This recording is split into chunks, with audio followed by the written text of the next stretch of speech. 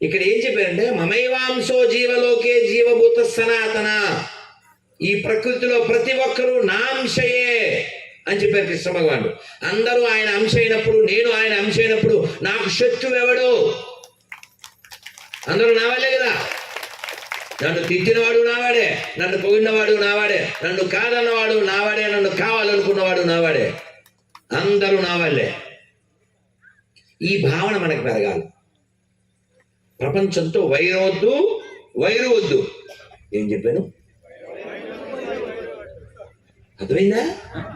వైరం వద్దు అంటే గొడవ వద్దు, వైరు వద్దు. ఎందుకండి కనెక్షన్? ఎందుకు చెప్పండి? కాబట్టి ప్రపంచాన్ని పెంచుకోకూడదు, చక్కగా నవ్వుతూ అలా వెళ్ళిపోవాలి. ఎందుకంటే 5 ఇంద్రియాలతో మనం చాలా ఇబ్బందులు పడుతూ ఉంటాం.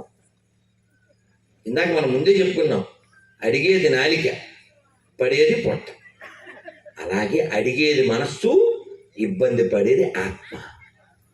అందుకని మనస్సుని మనం బతిమాలనకూడదు, ఎదిరించనకూడదు.